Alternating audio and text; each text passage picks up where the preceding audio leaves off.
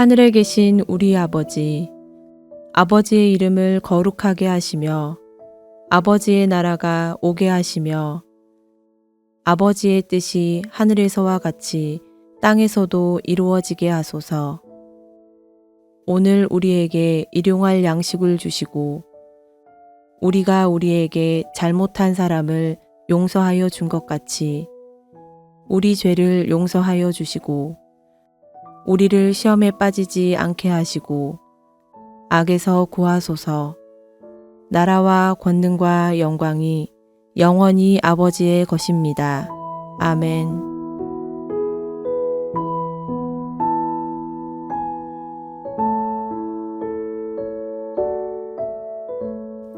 각 사람은 위에 있는 권세들에게 복종하라.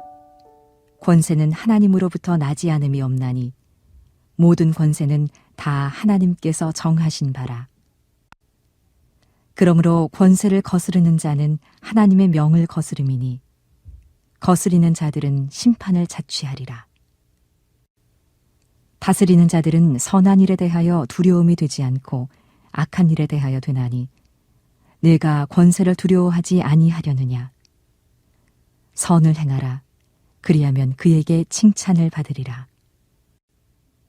그는 하나님의 사역자가 되어 내게 선을 베푸는 자니라. 그러나 네가 악을 행하거든 두려워하라. 그가 공연히 칼을 가지지 아니하였으니 곧 하나님의 사역자가 되어 악을 행하는 자에게 진노하심을 따라 보응하는 자니라. 그러므로 복종하지 아니할 수 없으니 진노 때문에 할 것이 아니라 양심을 따라 할 것이라. 너희가 조세를 바치는 것도 이로 말미암음이라. 그들이 하나님의 일꾼이 되어 바로 이 일에 항상 힘쓰느니라. 모든 자에게 줄 것을 주되 조세를 받을 자에게 조세를 바치고 관세를 받을 자에게 관세를 바치고 두려워할 자를 두려워하며 존경할 자를 존경하라.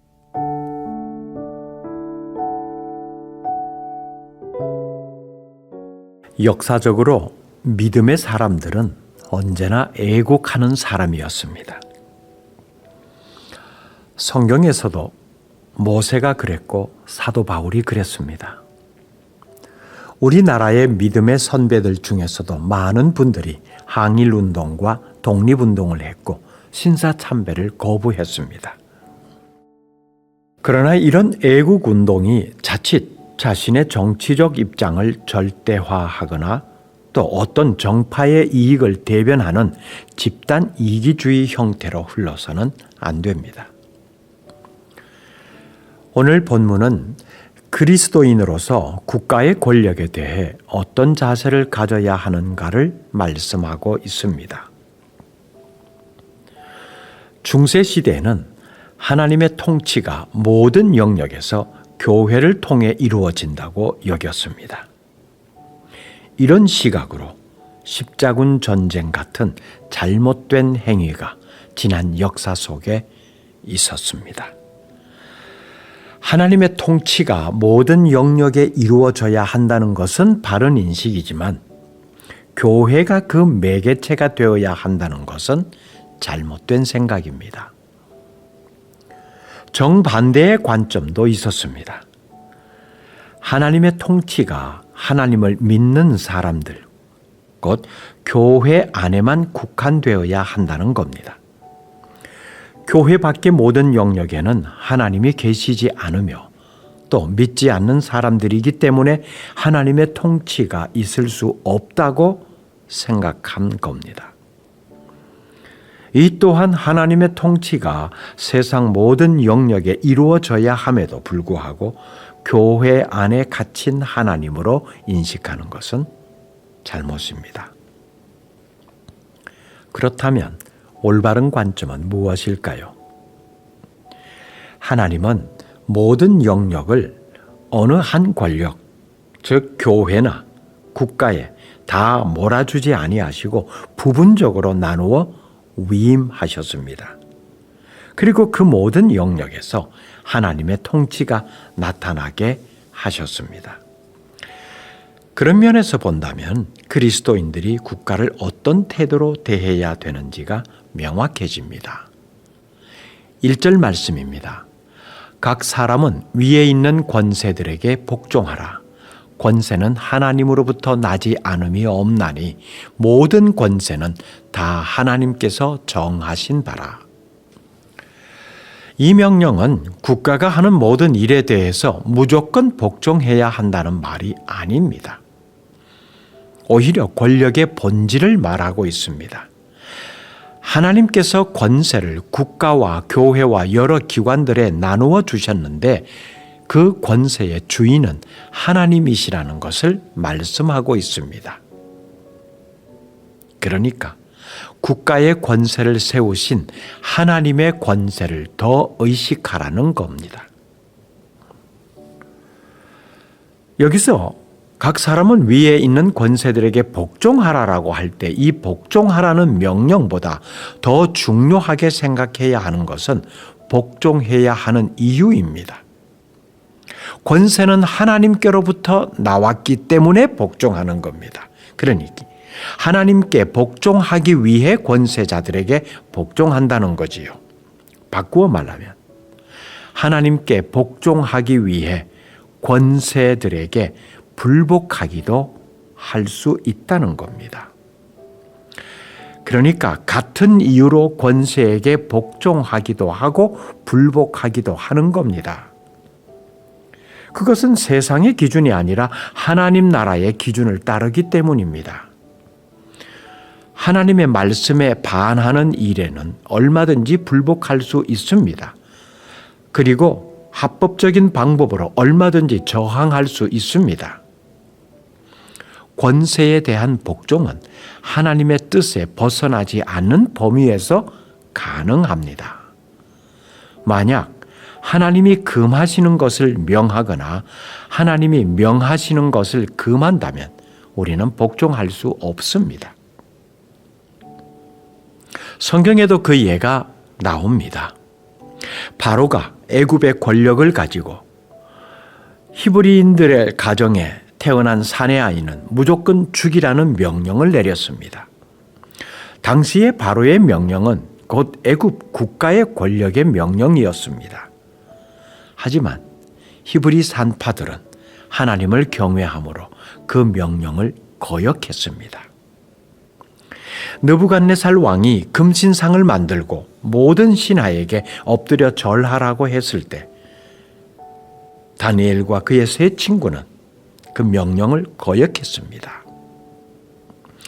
일제강점기 때 신사참배가 강요되었지만 순결한 성도들은 그 명령에 불복했습니다. 위에 있는 권세에 대한 복종은 단순한 순응이 아니라 하나님을 최종 권위로 삼은 믿음의 결단입니다. 악을 따르지 않고 하나님의 주권을 인정하며 살아가시기를 바랍니다. 기도하겠습니다. 하나님, 국가에 대한 존경의 마음을 가지고 국가의 지도자 또한 하나님께서 세우셨다는 것을 인정하며 당연히 순종하고 따라야 되는 것을 압니다. 하지만 그 권세를 주신 분이 누구인가가 항상 우선이 되게 하옵소서.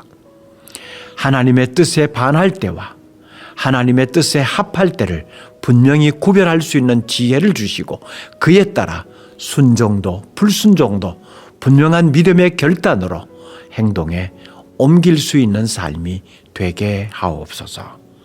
예수님의 이름으로 기도드립니다. 아멘. 계속해서 개인 묵상과 기도를 이어가시기 바랍니다.